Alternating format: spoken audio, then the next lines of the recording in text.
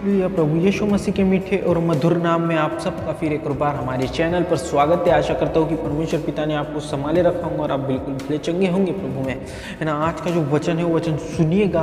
प्रभु इस वचन के ज़रिए से आपसे बात करेगा। पवित्र आत्मा इन चीज़ों के विषय में बात करने पर है। वो चीज़ें ये है कि सब मसीह को, है ना, क्या दिया गया? स्वर्ग दिया गया। पृथ्वी नहीं दी गई है कोई भी मसीहों को स्वर्ग दिया गया है ना।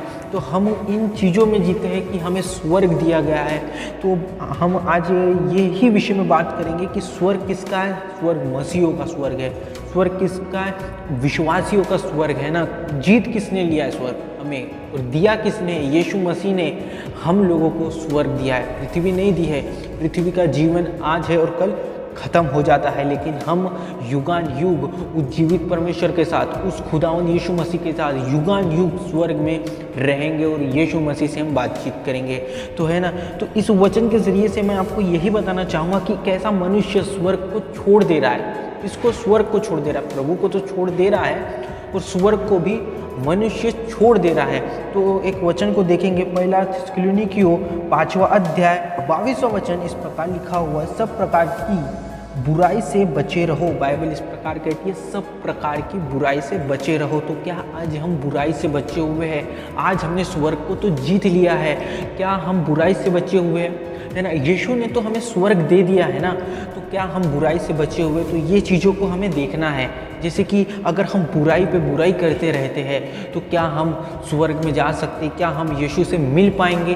तो ये इन चीज़ों को हमें देखना है। तो हम इन चीज़ों के ऊपर आज बात करने पे, और बहुत यीशु मसीह ने जैसे हमें स्वर्ग दिया है, तो क्या हम स्वर्ग को छोड़ तो नहीं दे रहे? आज हमने यीशु के ज़रिए से स्वर्ग को जीत लिया है ना। तो क्या हम स्वर्ग को छोड़ तो नहीं दे रहे?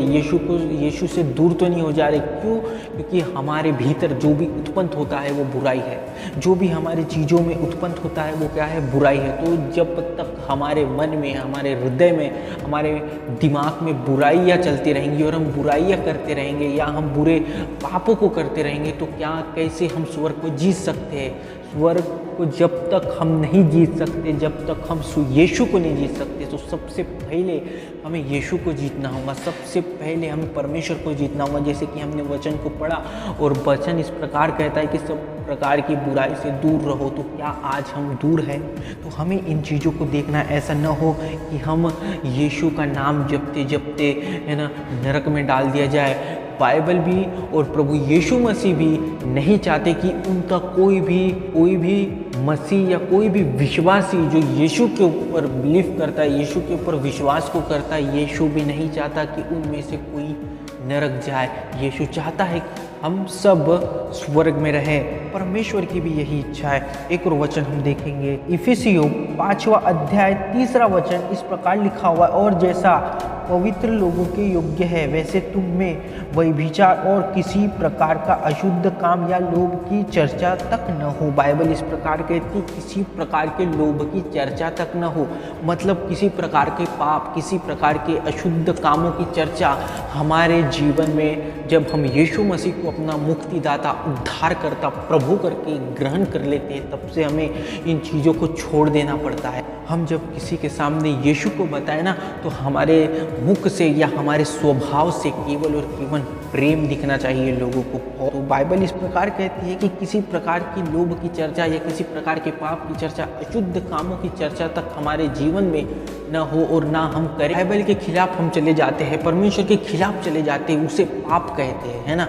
अगर आप परमेश्वर के विरुद्ध चले गए, मतलब आपने पाप कर दिया है। तो मैं इस वचन के ज़रिए से आपसे यही कहना चाहूँगा, हमने स्वर्ग को जी लिया है। दिया किसने है? यीशु ने हमें स्वर्ग को दिया है। क्या हम परमेश्वर से अगर दूर हो जाते तो हम स्वर्ग को हार सकते हैं, है ना।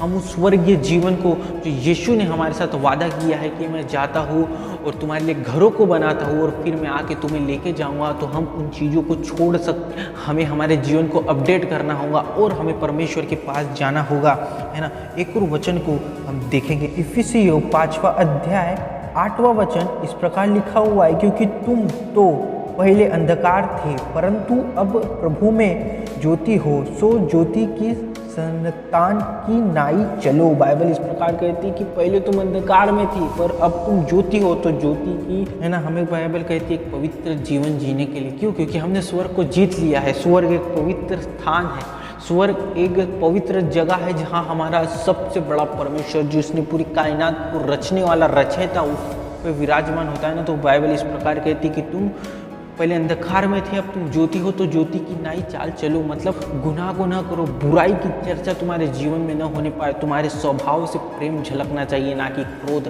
तो प्रभु यीशु मसीह के मीठे और मधुर नाम प्रार्थना करता हूँ कि हर एक विश्वासी, हर एक मसीह जो यीशु के ऊपर यकीन और बिलीव को करता है ना, वो स्वर्गीय जीवन जरूर पाए। क्योंकि हमने स्वर्ग को जी लिया और देने वाला हमारा यीशु मसीह है। तो हमें उसे ठुकारना या दूर भगाना नहीं है, वरन हमें स्वर्ग में जाना है हमारे प्रभु यीशु मसीह के साथ। तो प्रभु यीशु मसीह के मीठे और मधुर नाम में प्रेज द लॉर्ड। प्रभु आपको बहुत ऐसे आशीष दे। अगर आप चैनल पर नए हैं तो चैनल को सब्सक्राइब करें, वीडियो को लाइक करें और वीडियो को बहुत लोगों के साथ इस वीडियो को शेयर करें। कमेंट में आमीन ज़रूर लिखें। प्रभु आपको बहुत ऐसे ब्लेस करे और वीडियो को शेयर जरूर करें। प्रभु यीशु मसीह के मीठे और मधुर नाम में प्रेज द लॉर्ड।